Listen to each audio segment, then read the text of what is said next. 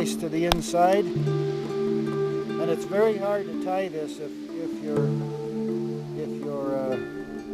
standing end or whatever is loose. You need to have a little tension to be able to tie it well. So I've done 2 to the inside. Now I do another one to the outside, and I can make it slippery just like I did right there. So I can make it slippery, but that knot will hold pretty snugly just by itself. And since I made it slippery, I just pull on that, and then that undoes the outside, and then just like that. So that's the taut line. Twice to the inside. Like that, and I'm just trying to just kind of hold this apart a little so you can see it better. I don't normally put my fingers exactly like this, but and when you're snugging it up, you want to get all these little parts here kind of tightened. You want to tighten this piece here, and you want that in there. All these hitches, you want those to be tight as well. If you don't get all those tightened, then it's not going to work properly. But see, I can tighten that down pretty snugly, and that will hold very well. The easiest way to undo it if you haven't made it slippery is to take this outside loop and just pull on that.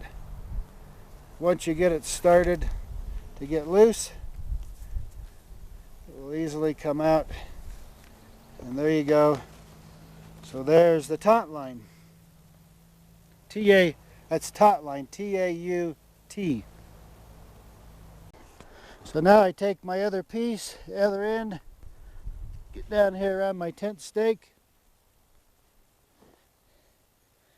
and then I go around twice to the inside, and then I usually will pull that snug.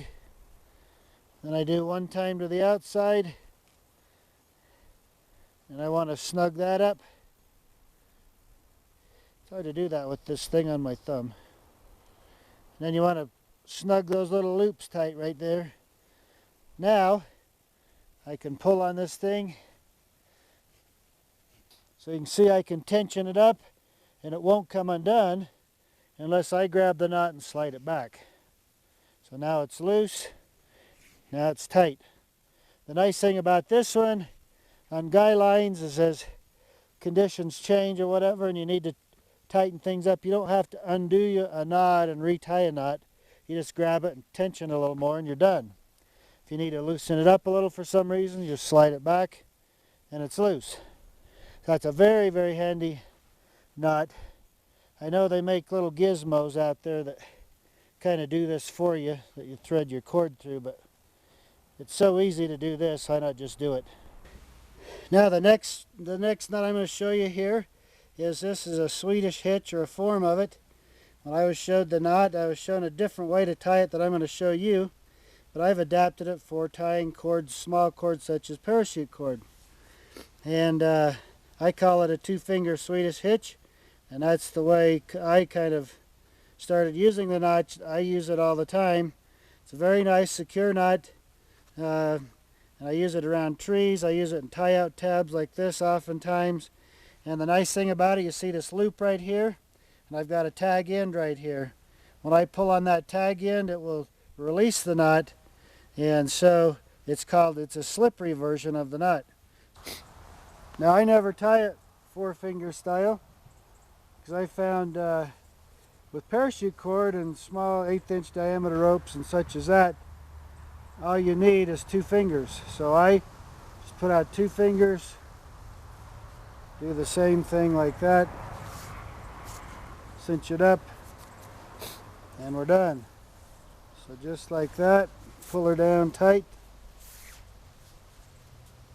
tighten it up, we're done. So slowly, I'm wrapping around 2 fingers and bringing that up around. Then I kind of spread with these 2 fingers, spread that loop, because what I want to do is hook that with my middle finger, and then I pull on the whole thing here pulling it down, and a lot of times I'll take my finger and push on that a little bit to snug it. Okay, so there I've got my loop. I slide that up against the tree, and now I'm secure. So anyway, half hitch is just, you're just going around and through, and then you're just repeating that another time, and that's called 2 half hitches. And they slide, and they'll bind up, and they do pretty good. I don't often use them by themselves like that. If I did that, I don't know if I could get the knot undone in the morning after, if I did that on the hammock just with 2 half hitches. So anyway, so you're going through, so just going through like this, then you're going through again. If I want to go through, see, just like that. Now I could go through slippery that second time if I want. So I could just go through and just put a loop through like that, and then tighten that up. And then when I want to get it undone, I just jerk that. So half hitches, that's another one I use. Okay, and then the next knot I want to show you is the pulley style, one of the pulley style knots. It's kind of a adaptation of the trucker's knot, really. There's quite a number of variations in that series. One of the things you got to think of is how much distance do I need to be able to pull everything I need. It's common we start too close to the tree and you can't put any tension before you run out of room. So you want to start back a little ways from it. And what I do is I just take, I'm just going to hold that other rope. So I'm just grabbing a loop basically. And I'm just going to twist it around one full time. Then I'm going to pinch with my fingers through that loop. I'm going to pinch this other piece of rope, pull on it, and you see that makes kind of a figure-8 style knot in the end of that loop. And there's a lot of different ways to do it, but this is one of them. Now you just take the end, shove it through that loop, and you just start pulling. And you see, because I've turned this loop right here into a pulley, if I pull on here with 20 pounds of force with my hand, I'm essentially close to doubling that to close to 40 pounds of force I'm pulling on. So that enables me to pull much tighter than any other way I could do it. Okay, let's just do this again a little closer. So what I want to do is pull me a loop up of some kind. And so I've just pulled me a loop, and this is the piece of line that goes between my other tree and this tree. I just want to stick my finger in there, half a turn, one turn. Then I'll spread the loop, reach through and grab that other piece, pull it out, tighten it down. Now I've formed myself a loop. And any way you want to form a loop really is fine. That's just one way to do it. Now I've got that loop. Now I want to put the free end of my rope here. It's going to this other, my second tree. And I want to pull tension. So I'm doubling the force because I'm turning this loop here into a pulley. I'm close to doubling the amount of force that I can apply on this cord to tighten. In fact, you can tighten this enough, you can put enough on there that you actually snap the parachute cord. So now at this point, what I want to do, I'll loosen it up so you can see a little better.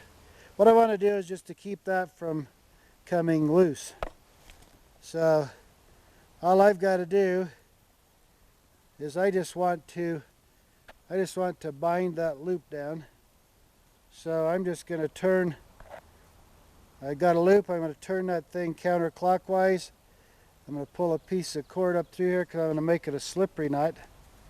And I'll pull that down snug. So what I've done is I've bound this piece here tight right at this point. Normally that's all you need to do to keep this knot tight. And the nice thing about it is if you need a retension, you just jerk this end right here, snug it down a little bit, retie that knot to hold it in place, and you're good to go. So that's kind of a knot I use for ridge lines mostly. Sometimes I use it for guy lines where I have to really put a lot of tension on a guy line. So that's kind of an adaptation of the trucker's hitch. So anyway, this is Perry Peacock with Wilderness Innovation. Hope you enjoyed this little video, just a short little deal of four of the common knots that I use. Virtually, there's probably not often that I go camping that I don't use all four of these knots.